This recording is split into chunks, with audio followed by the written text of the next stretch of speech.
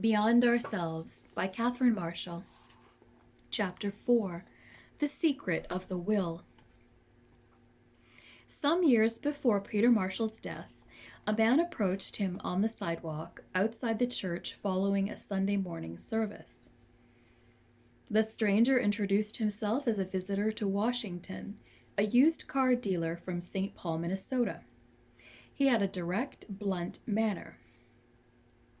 What he had to say so impressed Peter that he told me about their conversation as we were driving home. As I remember, the point that the man was making went something like this: Dr. Marshall, you challenged me this morning to want to apply Jesus' teachings to life. But as a businessman, I'm puzzled by what appears to be a lack of realism in what Christ told us to do, such as in the Sermon on the Mount. Have you ever known anyone who loved his neighbor as much as himself? Or who's willing to turn the other cheek all the time? Or who never has a lustful thought? I'll even make a special trip back to Washington to hear you if you'll promise to preach a sermon telling how we can do what Christ asked. Like the used car dealer, many of us are puzzled about the hows of Christianity. For some years, I too wondered if there was some principle involved here, some secret that I had somehow missed. The day that I found the answer in the book mentioned so often in these pages, The Christian's Secret of a Happy Life, I felt like someone who had stumbled on a buried treasure. Hannah Smith, in turn, had learned the secret from a book called Spiritual Progress, written by the Frenchman François Fenelon, who lived during the 17th century. Fenelon was a cleric with an extraordinary insight into human nature. He was a spiritual advisor to the lowly and the great, including Madame de Maintenon and the Duke of Burgundy, heir to the throne of France. Where Fenelon and others learned the secret stretching back to the New Testament writers, I do not know. But this I do know. In my life, this formula has been the answer to the how. The secret is simply this: that the Christian life must be lived in the will, not in the emotions.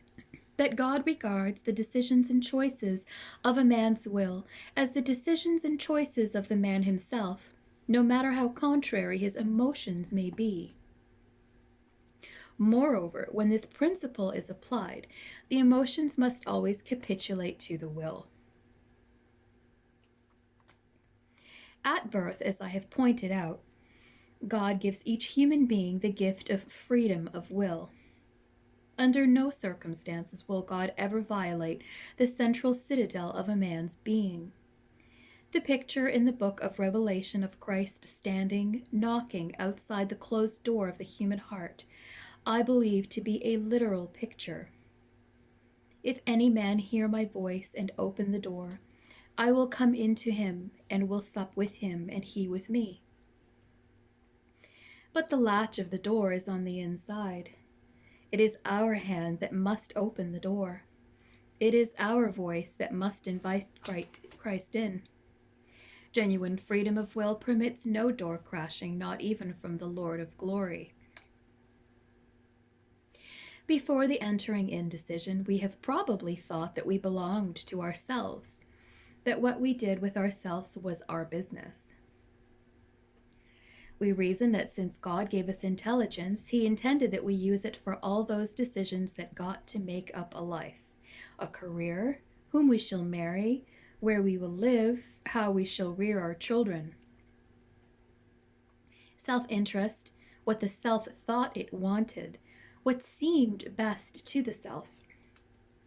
These have been the deciding factors.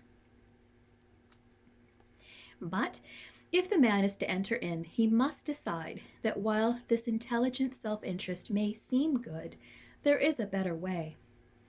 A man must will that self abdicate its throne, that henceforth Christ's will determines action. In this movement of the will, that decision making part of man must be made without paying any attention to the emotions. It is important that we not gauge the reality of spiritual experience by our feelings. A 16-year-old girl posed this question to me in a letter: how can one be sure he is a Christian? If a person has asked Christ with sincerity to come into his heart, but still doesn't feel any different, well, how can he know whether he has or not? The key to her quandary, it seemed to me, was the word feel. We petition, we pray, we wait, but we do not feel any different. Feelings are at the bottom of most of our Christian difficulties. Our emotions are often painfully misleading, and at best we have imperfect control over them. This should come as no surprise, for psychology tells us that these emotions often rise up out of the depths of the subconscious, even out of the emotional set of ancestors long dead, out of the race consciousness. Our feelings can be affected by such irrelevant matters as the mood of those around us, by whether we had a good night's sleep, by hunger or indigestion, or by a morning in which the rain blew through the open window, spattered on the wallpaper, and the neighborhood dogs turned over the garbage pail. I don't feel God's presence today, we wail. What is the remedy? It is simplicity itself. Our emotions are not the real us. The motivating force at the center of our physical being is our will. The dictionary describes will as the power of conscious, deliberate action.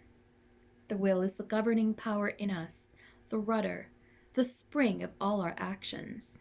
Before God, we are responsible only for the set of that will, whether we decide for God's will or insist on self-will.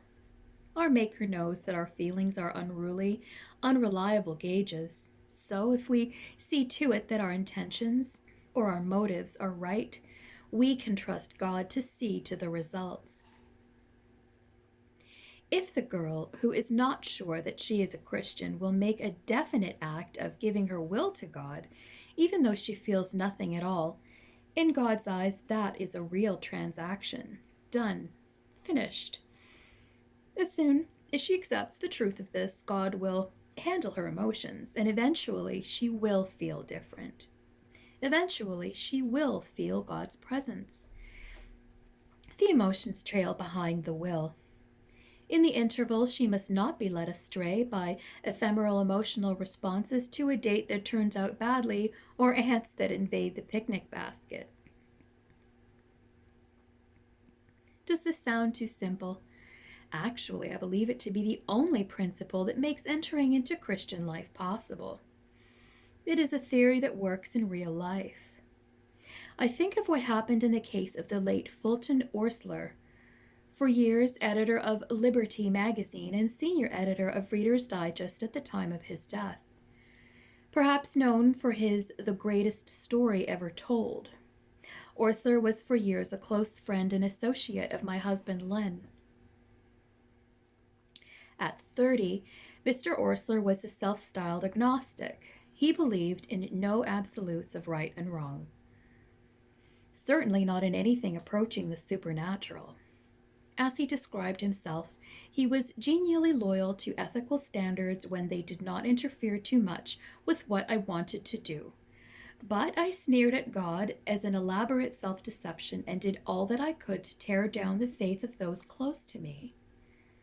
The troubles surrounded Fulton Orsler in all phases of his life. Liberty went under, so he was out of a job. At the same time, there were health and marriage difficulties. There came the day when he realized that he was absolutely helpless to do one thing for himself. What happened then is vividly described by Orsler himself in a book he later wrote, Why I Know There Is a God. On a blustery day with dark clouds lowering, the distraught man wandered down Fifth Avenue in New York City. He stopped in front of a church, self-conscious and filled with conflicting emotions, but knowing that unless he got help, he had come to the end of the way. For the first time in years, he ventured inside a church. Let him tell the rest of it in his own words. In 10 minutes or less, I may change my mind, he prayed. I may scoff at this and love error again. Pay no attention to me then. For this little time I am in right mind and heart. This is my best. Take it and forget the rest, and if you are really there, help me. What Osler did in the quiet church was what Hannah Smith meant by setting the rudder of the will and disregarding everything else, conflicting thoughts, contrary feelings. And God must have accepted this as the real decision of the real man, exactly as Hannah insisted that he always does.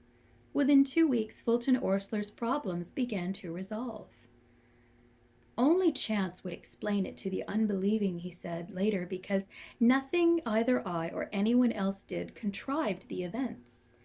The complications dissolved by what the rationalist would call a series of beautiful coincidences. God literally took over my life, took it out of my hands. The more impressive proof that God accepted Fulton Osler's gift of his will that day in the church is the massive contribution to the religious life of the nation that Mr. Osler made during the remainder of his life.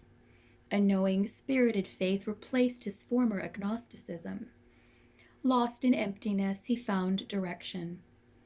His enthusiasms, his intensity, his insatiable love of a good story that had once poured into murder mysteries, plays, and movie scripts, he now dedicated to the building up of faith in others. Since that experience, his work includes some 18 books, an endless succession of articles, and his column, Modern Parables, syndicated in about 100 newspapers. When he was stricken with a heart attack on May 23, 1952, his "the greatest faith ever known" was interrupted in mid-sentence. The principle of the will has the most practical sort of application to numerous everyday difficulties. At the moment, we have a homegrown illustration of it with our 12-year-old daughter, Linda. She is having corrective dentistry to straighten her teeth. After she wore braces for a year, the dentist fitted her with a retainer, a complicated and expensive plastic device to correct the bite. The trouble is that the retainer is removable. On too many evenings, we have had a scene like this. Linda, where's your retainer? Silence. Then a slightly bewildered expression on her pretty freckled face. I don't know. Did you wear it to school this morning? Yes, but I took it out during lunch. And then? Some of the girls started passing it around from hand to hand under the table, just in fun, of course. We give her a glassy stare. Fun, but not very sanitary. Don't you know that... Linda, sensing that a real outburst is coming, adds quickly, It's in my purse, I'm sure it is, pretty sure. Would you mind looking? Linda soon returns, holding the troublesome item aloft. There is a mild note of triumph in her voice. See, all safe. It wasn't in the purse, though. It was in the glove compartment of the car. We bite our lips helplessly and make no comment. Then, Linda, how are we going to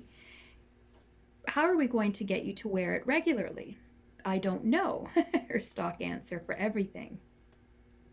More months pass. More hair-breadth rescues of retainer from cars. A doctor's office, the front lawn. Once it had to be mailed back from her grandmother's. Then one day, Linda bequeathed it to the Pennsylvania Railroad by leaving it in a ladies' room on one of their trains. She remembered it hours later after the train was hundreds of miles away. Correspondence with the railroad revealed that my English, even with a thesaurus, was not up to an adequate description of a retainer. Anyway, they had not seen it, so back Linda went to the dentist to be fitted for a new one, while her daddy ground his own teeth thinking about the bill. The dentist warned Linda that if she kept forgetting, she would undo his 2 years of work. Neither warnings nor naggings helped. Finally, I decided to try out on her the principle about the will. One night before her prayers, I suggested that because the retainer was clumsy and uncomfortable, Something deep inside her had decided I don't want to wear it, so I won't remember. Do you know what it is to have willpower, Linda? I asked. Yes, I think so. What does it mean to you? To do something I don't want to do, she answered after some hesitation. That's pretty good. You remember that we have told you that all through your life you have to do certain things that you may not enjoy doing. You can try to make yourself do these hateful things by willpower. But Linda, there's a much better way. If you tell God that you're willing to have Him change you so that you'll like doing what you must do, then He will. It really works.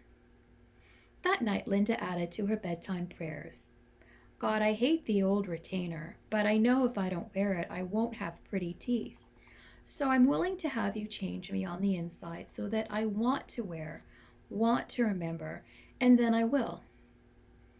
After praying this several nights in a row, the problem of the retainer was on its way to being solved. When Linda set the rudder of her will in the right direction so that God's will became her will, then she no longer had trouble remembering and she was no longer miserable wearing it. Remembering a retainer may seem unimportant besides the big issues of life, yet I have seen this principle of the will operate just as successfully in some of the naughtiest, most soul-rending situations life can hand us. Several years ago, a veteran pilot was forced to land a passenger plane in a dense fog in California. The instructions from the tower were apparently not clear to him. To the horror of all who were there to meet the plane, mostly wives and children, the plane crashed at the edge of the landing field and burned. All aboard were killed. The Civil Aeronautics Board's investigation and findings fixed the blame on the pilot. Many who knew the circumstances felt that this was unfair. In any case, it compounded the widow's grief. It was devastating enough to lose her husband, but it seemed more than she could bear to have him blamed for the death of 23 other human beings. I am acquainted with the pilot's widow and her 3 daughters. The problem she posed to me was, how can I let go of my resentment at the unfairness of this and find peace again? Nothing in my experience approached the bitterness of this woman's problem. I pondered about it and then wrote her about what had helped me to handle smaller resentments. Grudges or resentments are emotions. We cannot get rid of them by saying, I will no longer feel that way. I shall now love this person who harmed me. Recognizing the principle of the will, I pray something like this. Lord, you have plainly told me that all vengeance is thine, not my business at all. You have said that I must forgive. I am willing to, but I have tried over and over, and the resentments keep surging back. Now I will this bitterness over to you. Here, I hold it out to you in my open hand. I promise only that I will not again close my fist and reclaim the resentment. Now I ask you to take it and handle these emotions that I cannot handle. There I leave the matter. When thoughts return to it, there is the quiet inner assertion that it has been turned over to God and that He is taking care of it. Always for me, in a matter of hours or days, I find the resentment has evaporated and in its place has come peace. The pilot's widow had a long struggle, but she wrote me that eventually she did find a peace of mind that had led her into a creative new life. I once had success in applying the secret of the will to a neighbor who invariably irritated me. Anne Sheldon, not her real name of course, had not wronged me. Indeed, any reasons I could have given for not liking her were not reasons at all. Such things as her ceaseless chatter, and that habit of asking you a direct question, and then never pausing to hear the answer. Her personality affected me like scratching fingernails across a blackboard. My human inclination was to avoid her. Let her go her way and I'll go mine, I told myself. The world was plenty big enough for the 2 of us. But then a curious thing happened.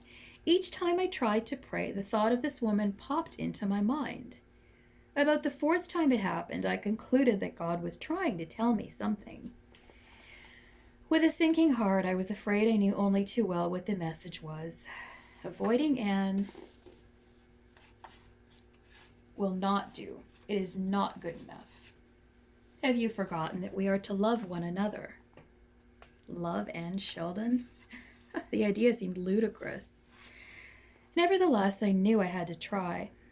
First, I recognized that it would have been most unlike Christ if by love he had meant billowing waves of gushing sentimentality. By love, he meant something more substantial: respect for another human being, caring about him and his problems, being sensitive to his needs, and wanting him to prosper and to be happy. As soon as I faced up to my defective relationship with Anne, I saw that everything turned on my will. I had to be willing to like this woman. Suppose that by some miracle God could replace my irritation with congeniality, even affection. That would be a miracle, I thought glumly. But all that God was asking of me was a shift in consciousness at the center of my will to include this possibility. For help, I went back to Hannah Smith's illustration in which she compared the will to a wise mother in a nursery and the feelings to clamoring, crying children. The mother makes up her mind to a certain course of action which she knows to be best. The children rebel, declare that they will not obey, but the mother, knowing that she is mistress and not they, pursues her course lovingly, firmly, never giving in for a moment to their contrariness. Eventually, the clamoring ceases, the children do what they're told. All is harmony in the nursery. So, in essence, my prayer was, Lord, let me admit that my every clamoring emotion rebels at the thought of liking Anne Sheldon. But I put my will over on the side of what is best. So I ask you to handle my feelings. The first result of my prayer was that I stopped avoiding Anne. On closer contact, I began to realize that her chatter was a camouflage for a desperate unsureness about herself. Anne had always seemed to me a hopeless sentimentalist. Witness the way she kept a memory book on the level of a teenager. She even pasted it in paper cocktail napkins and poetry clipped out of women's magazines. Then I saw the reason. She and her husband had always wanted children and had had none. Her affectionate nature had never had enough of an outlet. Soon I had evidence that underneath the sentimentality was a rare capacity for staunch friendship. Then one day I was astonished to realize that Anne Sheldon no longer irritated me. She never got over her habit of asking questions and interrupting the answer, but there came the time when, without malice, I would say freely, Anne, do you want me to answer that or don't you? And we would laugh about it together. Anne died at 43, suddenly, of a brain hemorrhage. I had seen her only 2 days before her death, and we had parted with real affection. The secret of the will is particularly effective in those areas where emotionally we are divided personalities. We know perfectly well what we should do. We want to do it at the same time we do not want to. The tangled emotions of grief often accentuate this divided self. This is the way one widow from a small town in Arkansas analyzed it in a letter to me. It is 5 years since my husband died at the age of 49. Just half an hour after the doctor told him he would recommend him for insurance at any time. For months I was so numbed and crushed with grief that I couldn't even realize what had happened to me. Yet in my heart I knew that a big part of this was feeling sorry for myself.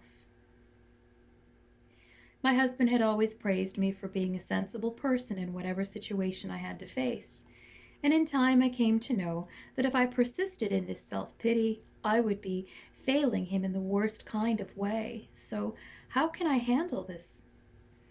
I think there are several reasons why, in grief, the will is so stubbornly at odds with itself. In the first place, the ego is deeply involved. Love has been wounded, and in the process, part of us has died too. Also, like Queen Victoria, who made a production of mourning for 40 years for her Albert, most of us have a lingering pagan suspicion that those who do not exhibit strong and continuing sorrow are dishonoring the dead. We take a long time to face up to the fact that no amount of grieving will bring the one we love back to our side. And since life must go on, we are faced with simple alternatives. Will it be a good life or a miserable, sniveling existence?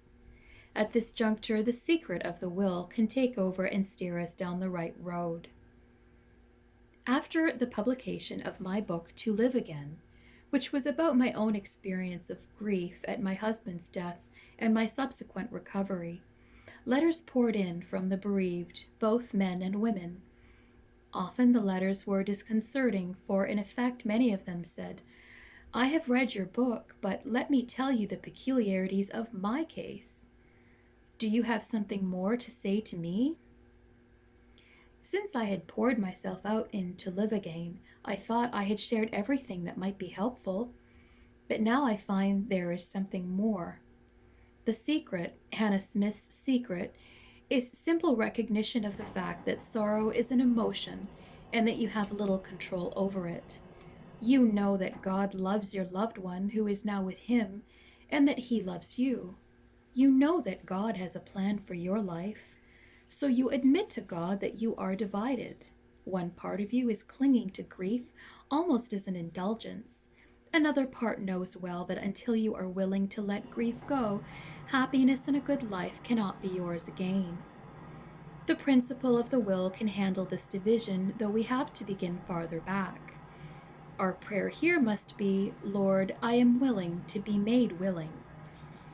And there one lets the matter rest for days or weeks, doing no forcing or straining, giving God time to change the emotional climate at deep levels in the personality. A clergyman friend of mine from St. Louis once told me how he had applied the same principle to a broken marriage.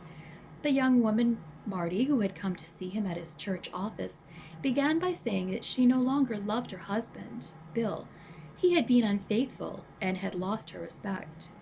"Did you love him once?" the minister asked. "Yes, I did." "And how does your husband feel now? Is he unchanged or contrite?" "We've been separated for a year. 2 months ago, Bill came to me. He said he'd been a fool and that the affair was all over, and asked my forgiveness. Now he's pleading for a reconciliation." "Well, can you forgive him?" The woman hesitated. "I've heard you say often enough from the pulpit that we have to forgive no matter what. But that isn't my worst problem. When respect goes, love goes.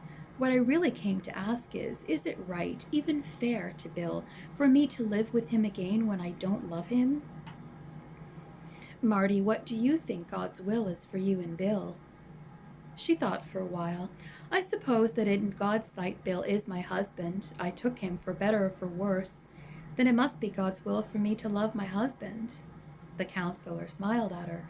"But your difficulty, Marty, is that love can't be summoned like whistling for one's dog. Is that it?" "Yes, that's it." "There is an answer, Marty. If you are willing to do what you deeply feel God wants you to do, then He will attend to your emotions and give you back your love for Bill." "How can you be so sure of that?" "I can guarantee it if you'll fulfill certain conditions." Then the minister explained to the young woman the principle of the will. As he talked, he shoved across his desk a crude diagram. "This is not original with me," he explained. "I got the idea from Dr. Glenn Clark. I will, and then there's an arrow leading to the phrase man's will. To will, and then an arrow leading to the phrase the will in action. The phrase the will of God, and then an arrow leading to the phrase God's will." Marty studied the diagram.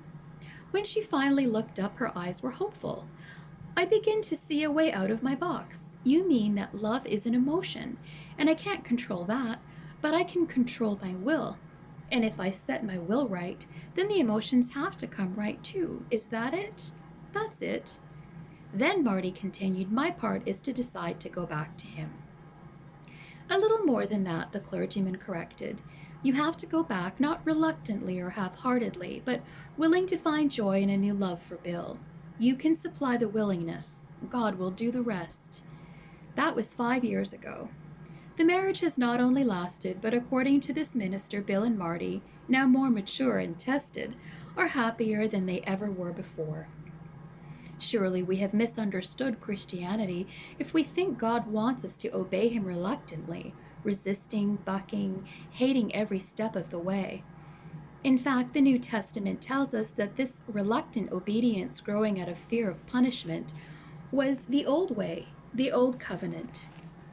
Jesus came to show us a new way by which God promises to work in us both to will and to do of His good pleasure. This means that God will bring about such a change in us that His plans and desires for us will to be our delight. God's will gets written in our hearts by the simple application of the principle of the will to each life situation as we meet it. Christ would indeed be unrealistic if He asked us to do the impossible. He does not. His secret not only tells us how, but speeds us on the way with joy.